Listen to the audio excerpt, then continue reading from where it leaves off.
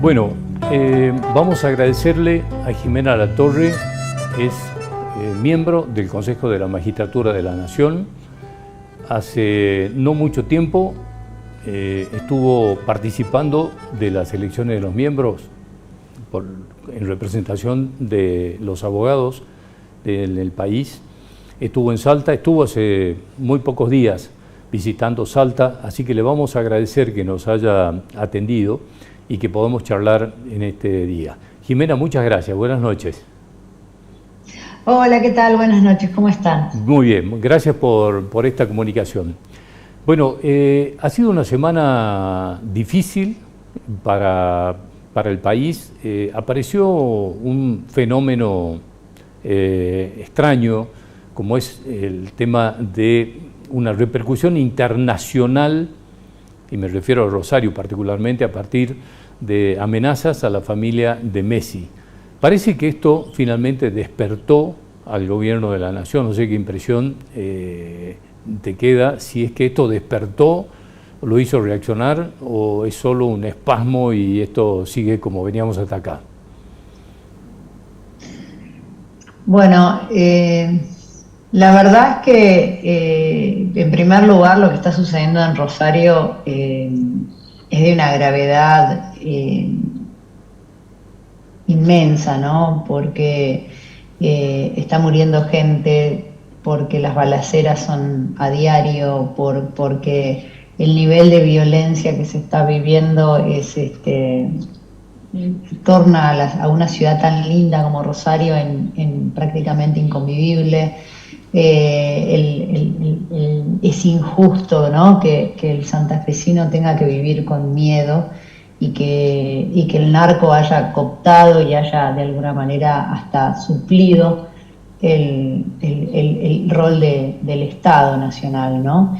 Y ahí me detengo en un par de cosas o señales que el gobierno nacional ha venido demostrando, ¿no? Hay una ley vigente que establece la necesidad de atacar la situación y el problema narco a través de fuerzas, de mesas de trabajo multidisciplinarias, lo que se llama Task Force. ¿Eso qué significa? Que la idea es que se necesita, cuando contra el crimen organizado no se puede luchar en soledad. Necesitamos que las distintas fuerzas trabajen de manera coordinada. La justicia provincial, los fiscales provinciales, la justicia federal, las fuerzas de seguridad provinciales, municipales, nacionales, los organismos de investigación como son la UIF, la FIP, incluso la administración de aduanas dentro de la FIP,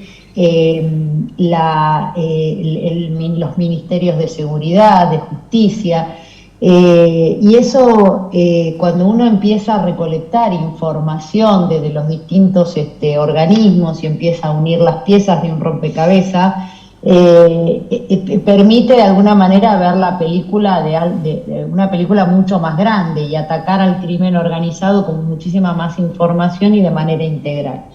Esa coordinación hoy no la tenemos por voluntad propia de este gobierno, y mientras tanto es un gobierno que apunta con el dedo y echa culpas, ¿no?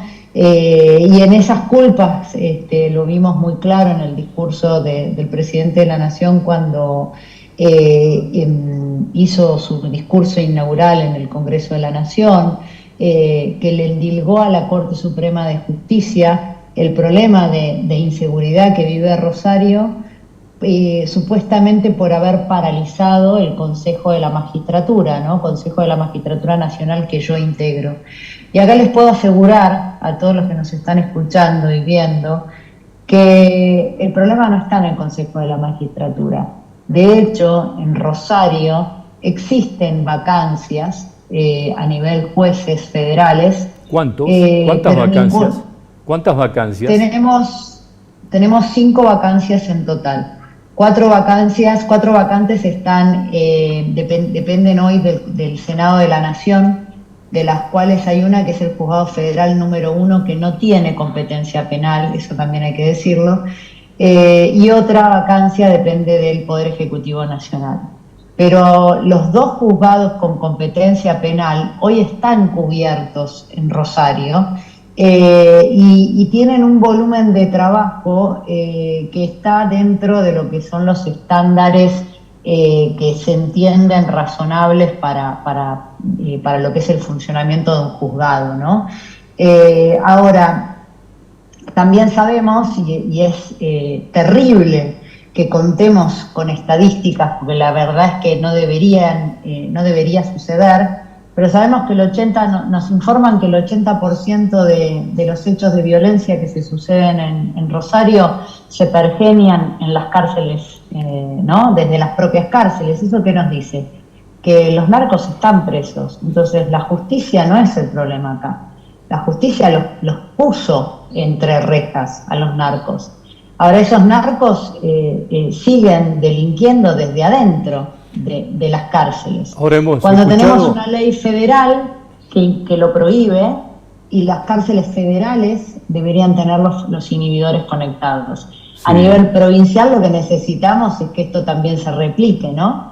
Y de vuelta, todo tiene que ver con, en realidad, un trabajo que debe suceder en forma organizada, y para eso se requiere una fuerte convicción y voluntad política. Ahora, y realmente cuando tenemos un ministro de Seguridad que dice que la lucha contra el narco en Rosario la perdió, yo realmente me pregunto para qué viajó a Rosario. Me parece que tendría que haber renunciado y haberle dejado el lugar a otra persona que entienda que todavía esa lucha puede darse, ¿no? Y que esté dispuesta a darla. Ahora, en esto del manejo desde adentro de las cárceles, el narcotráfico, hemos escuchado hasta el absurdo, porque no son ya tan solo los celulares, hemos escuchado hasta el absurdo de que en algunas celdas hay teléfonos fijos conectados.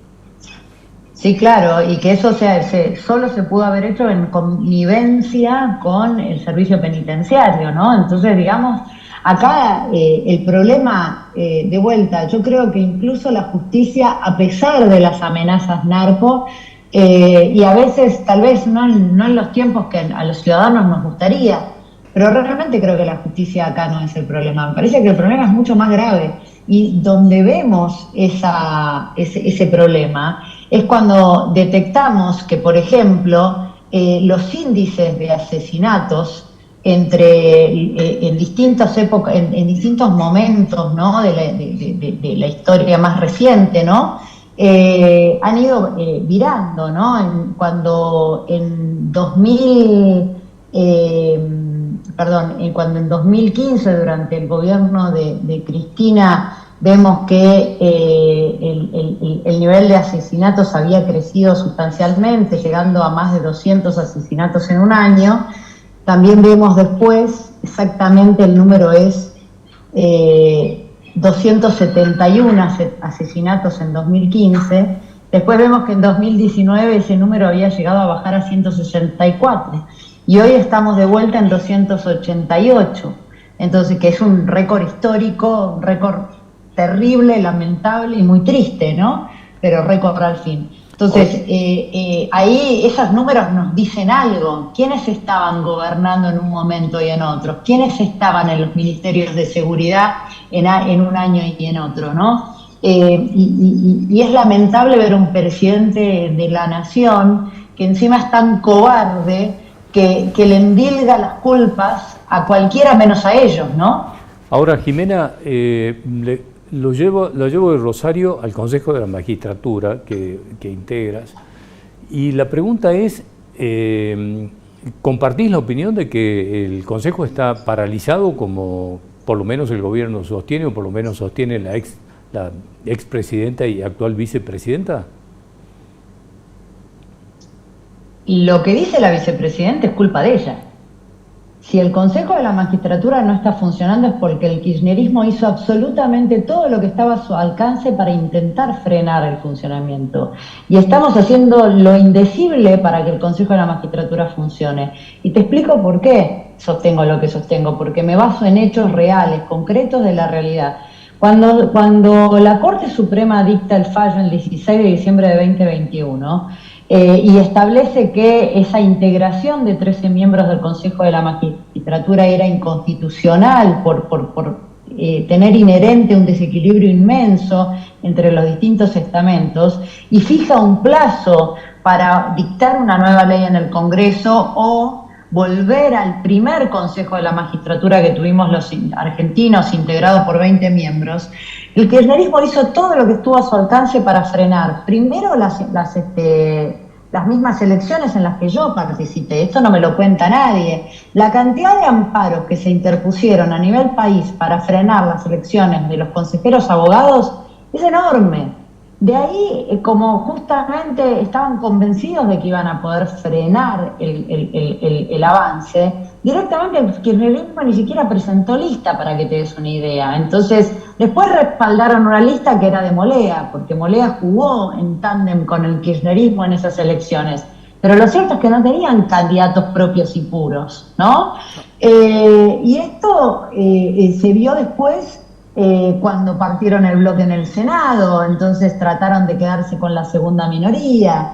Y después lo vimos más adelante cuando ahora también en diputados se buscaron a un juez amigo que en forma extemporánea sacara un fallo en donde le negaran el derecho a Reyes a integrar el Consejo. Y así podemos estar y enumerar muchísimas otras situaciones. Pero está claro que un juicio político al presidente del Consejo de la Magistratura, sabiendo que no tenés los votos para llevar adelante en la Cámara de Diputados ese juicio, no es más que otro intento más para paralizar el Consejo de la Magistratura. ¿Y por qué? Porque perdieron el poder hegemónico que tenían adentro del Consejo de la Magistratura, perdieron la capacidad de poner jueces a dedo. Y cuando perdieron la capacidad de poner jueces a dedo porque no tenían esa mayoría absoluta, entonces quieren que el Consejo no funcione. Ahora, entonces no juguemos el juego de ellos. No es verdad que es culpa de la Corte, es culpa de ellos. Son ellos los que buscan paralizarlo. En tu opinión, esta integración de 20 miembros, ¿mejoró el funcionamiento? Sí, definitivamente. Definitivamente, porque ahora lo que uno puede tener dentro del Consejo de la Magistratura son las voces necesarias para generar los consensos. Y dentro del Consejo de la Magistratura hoy, las discusiones pasan por cómo mejoramos regulatoriamente para tener y garantizar que estamos eligiendo a los más idóneos, cómo mejoramos los procesos disciplinarios, cómo mejoramos los procesos acusatorios, cómo trabajamos mejor. Y para eso se constituyó el Consejo de la Magistratura, para garantizarle a la ciudadanía que estábamos eligiendo a los mejores y que los procesos disciplinarios iban a respetar todas las garantías de defensa en juicio, pero que cuando tuvieran que acusar, íbamos a tener los números para poder acusar. Ahora, y eso se logra en equilibrio. Claramente que ahora no estamos funcionando plenamente en comisiones, pero estamos trabajando para eso y estamos teniendo conversaciones con los consejeros para rápidamente llegar a los acuerdos necesarios, que eso obviamente en un órgano colegiado requiere de tiempo.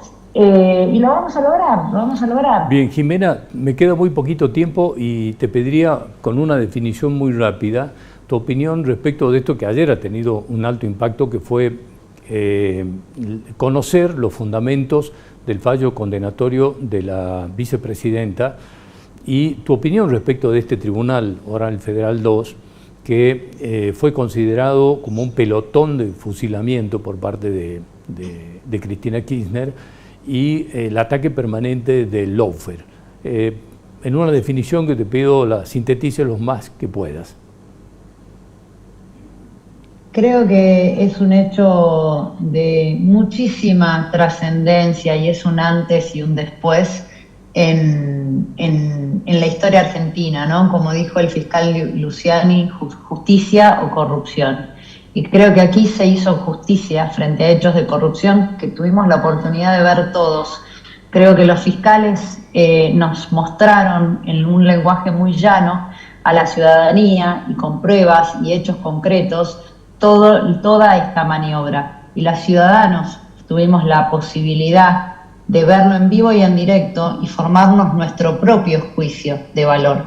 Y creo que la sentencia refleja lo que los ciudadanos vimos, ¿no? Y de alguna manera el sentir de la gran mayoría de los ciudadanos, ¿no? Bueno, que el que las hace las tiene que pagar. Ahora, por sí o por no, estos jueces, los 3 miembros de este tribunal, ¿fueron propuestos en su momento por Cristina Kirchner? Y el fiscal también, el fiscal Diego Luciani también. Entonces, ¿de qué lawfare me habla? Jimena, muchísimas gracias por esta comunicación y por tu tiempo. No, muchísimas gracias a ustedes. Hasta cualquier momento, muchas gracias.